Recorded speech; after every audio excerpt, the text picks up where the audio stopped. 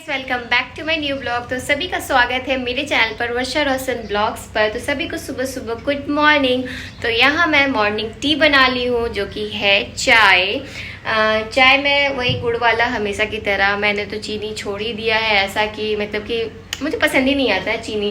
गुड़ वाला चाय पीने का जो आदत हो रखा है 1.5-2 साल से, वो टेस्ट मेरे मुंह में बैठ गया। कोई मुझे बाहर भी चाय पिलाता है ना, पता नहीं मुझे अच्छा नहीं लगता है।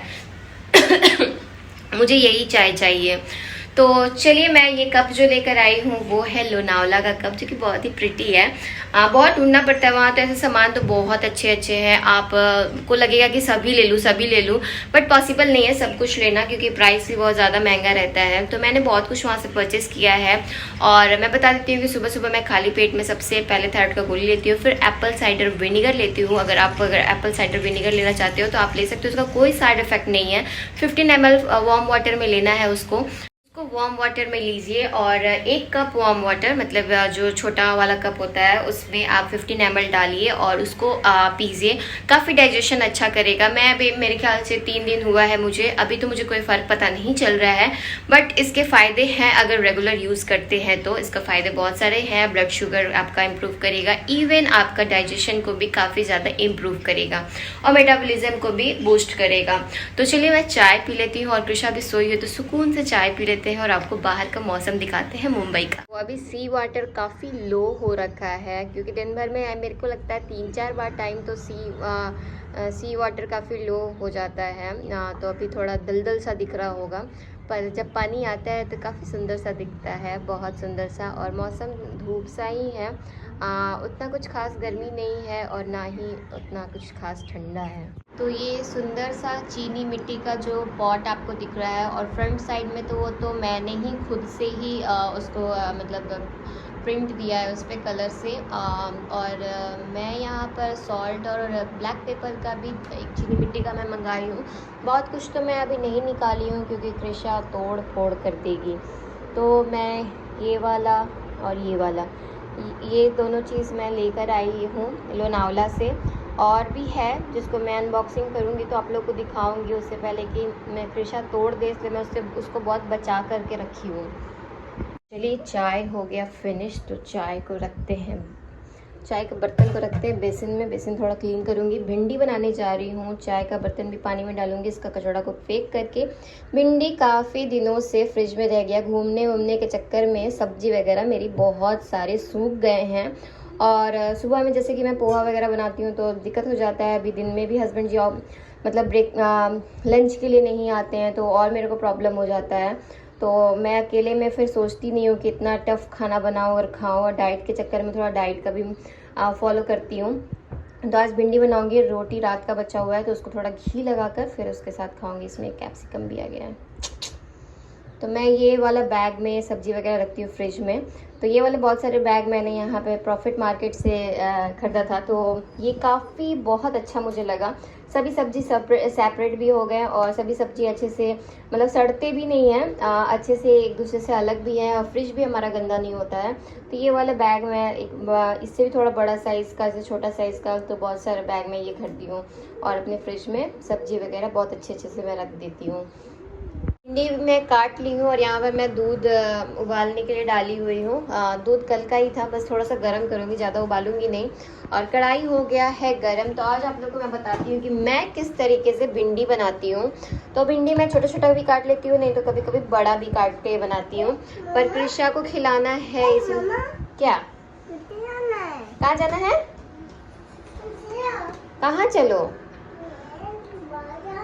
ठीक है, बाहर। कृषा उठने के बाद सिर्फ बाहर ही जाती है। क्यों बाहर जाना है?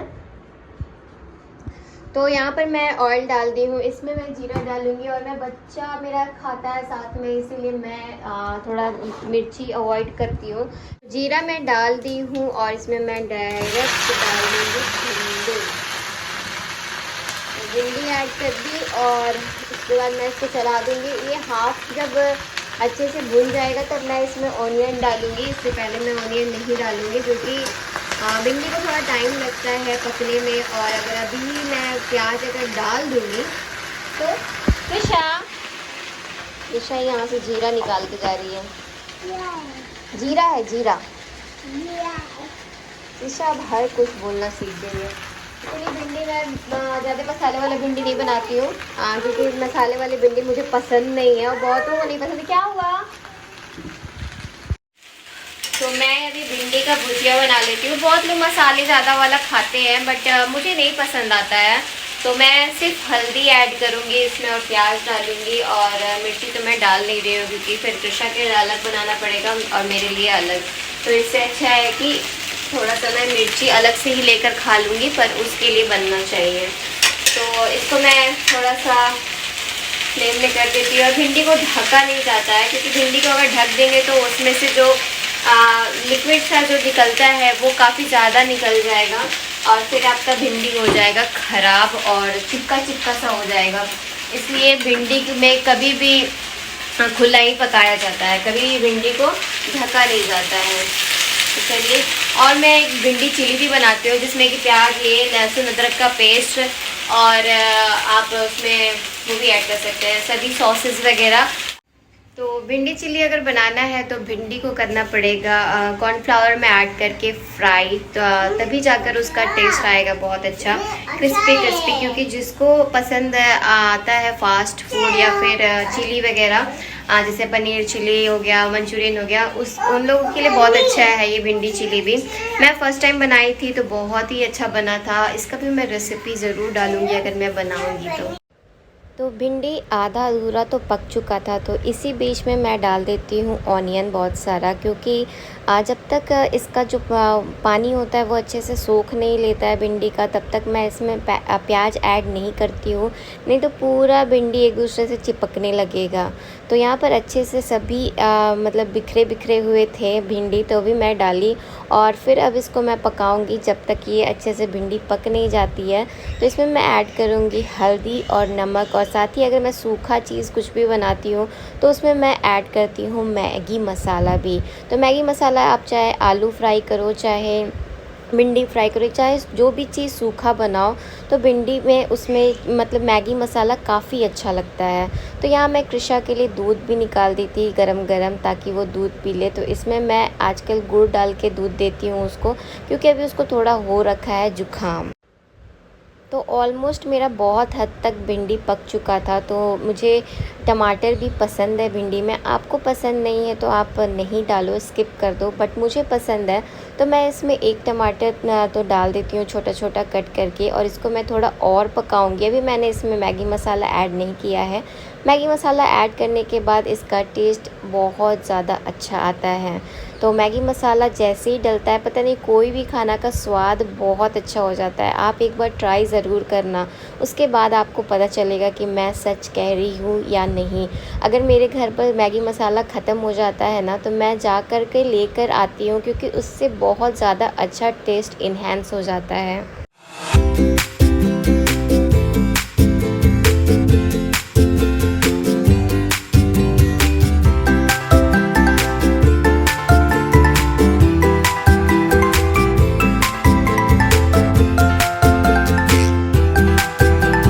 तो चलिए, बहुत दिनों के बाद आज मैं आप लोग से अपना वेट शेयर करती हूँ। तो मेरा बढ़ गया है 1.5 kg, तो 58 में मैं आ चुकी हूँ। इसको मुझे 55 करना है, तो कोशिश करूँगी। अभी तो एक्सरसाइज शुरू की हूँ 2-3 दिन से, जल्दी ही आ जाएगा।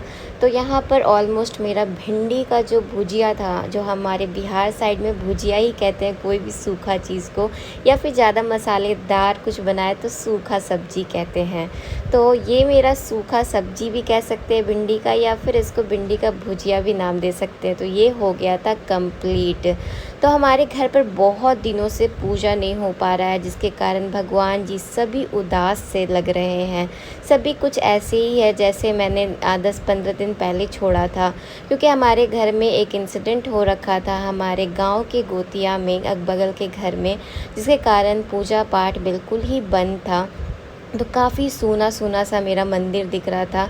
मैं बस सोच रही थी कि कब से ये पूजा शुरू हो। तब क्या होता है कि अगर घर पर एक दीप जलता है या फिर पूजा पाठ होता है तो बहुत ज़्यादा पॉजिटिविटी आता है, मुझे ऐसा फ़ील होता है। दूसरों का मुझे पता नहीं, बट एक दीप जलाने से और एक अगरबत्ती जलाने से और थोड़ा सा मन को शांति भी लगता है अगर आप थोड़ा सा भगवान जी को भी समय दे दो तो यहाँ पर मैं वही दिखा रही थी कि काफ़ी दिनों से पूजा पाठ बंद तो है बट अब शुरू होने वाला है। तो इसीलिए मैं गंगा जल लेकर आना था, मुझे गंगा जल हो गया था ख़त्म हमारा घर पर। तो गंगा जल लेकर आऊँगी, उसके बाद सभी चीज़ को शुद्धि करूँगी, उसके बाद से मैं पूजा करना शुरू करूँगी। वेट वगैरह तो आपको मैंने दिखा ही दिया कि 58 वेट मेरा हो गया है और पहले मेरा 60 नहीं 56.5 था।